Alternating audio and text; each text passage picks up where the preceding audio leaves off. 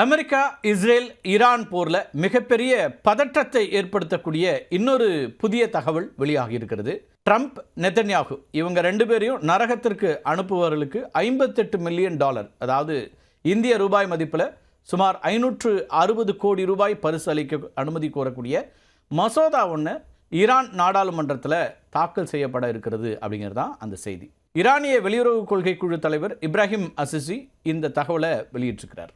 Counter action by the military and security forces அப்படிங்கிற பேரில் இதற்காக அதிகாரப்பூர்வ மசோதா நாடாளுமன்றத்தில் தாக்கல் செய்யப்பட்டு வாக்கெடுப்புக்கும் வர இருக்குது அப்படிங்கிறது தான் இந்த செய்தி.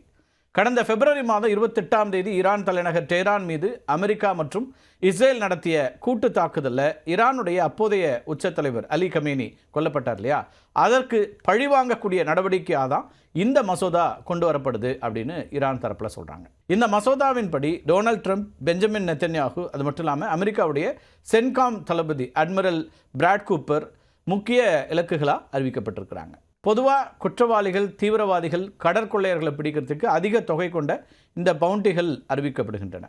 அல்-qaedaவோட தலைவர் ஒசாமா பின் லேடன் 2001 செப்டம்பர் 11 இரட்டை கோபுர தாக்குதலின் master mind Osama bin Laden உங்க எல்லாருக்கும் தெரியும். இவரோட தலைக்கு ஆரம்பத்தில் $25 மில்லியன் வெகுமதியை அமெரிக்காவுடைய FBI அதே போல் வெளியுறவுத்துறை அறிவிச்சிருந்தாங்க.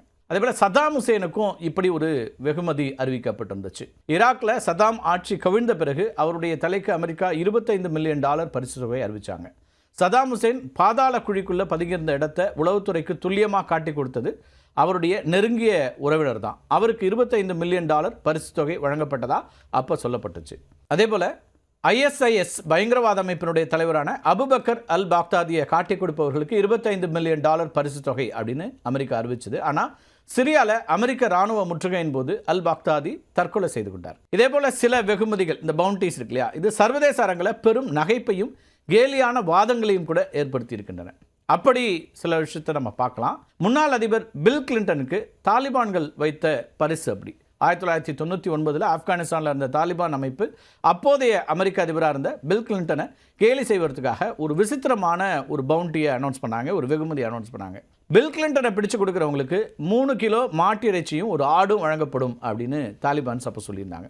சர்வதேச உளவுத்துறையும் ஊடகங்களும் இந்த அறிவிப்பை கண்டு சிரிக்கிறதா அலர்தான்னு தெரியாமல் திகைத்த ஒரு அறிவிப்பது. 2012ஆம் ஆண்டில் சொமாலியாவை சேர்ந்த அல் ஷபாப் அப்படிங்கிற பயங்கரவாத அமைப்பு அப்போதைய அமெரிக்க அதிபர் பராக் ஒபாமாவை குறிவச்சு ஒரு பவுண்டியை அறிவித்து உலக அளவில் நகைப்பை ஏற்படுத்திச்சுன்னு தான் சொல்லணும். ஒபாமாவுடைய இருப்பிடத்தை காட்டுபவர்களுக்கு 10 ஒட்டகங்கள் பரிசாக வழங்கப்படும் அப்படின்லாம் அறிவித்தாங்க.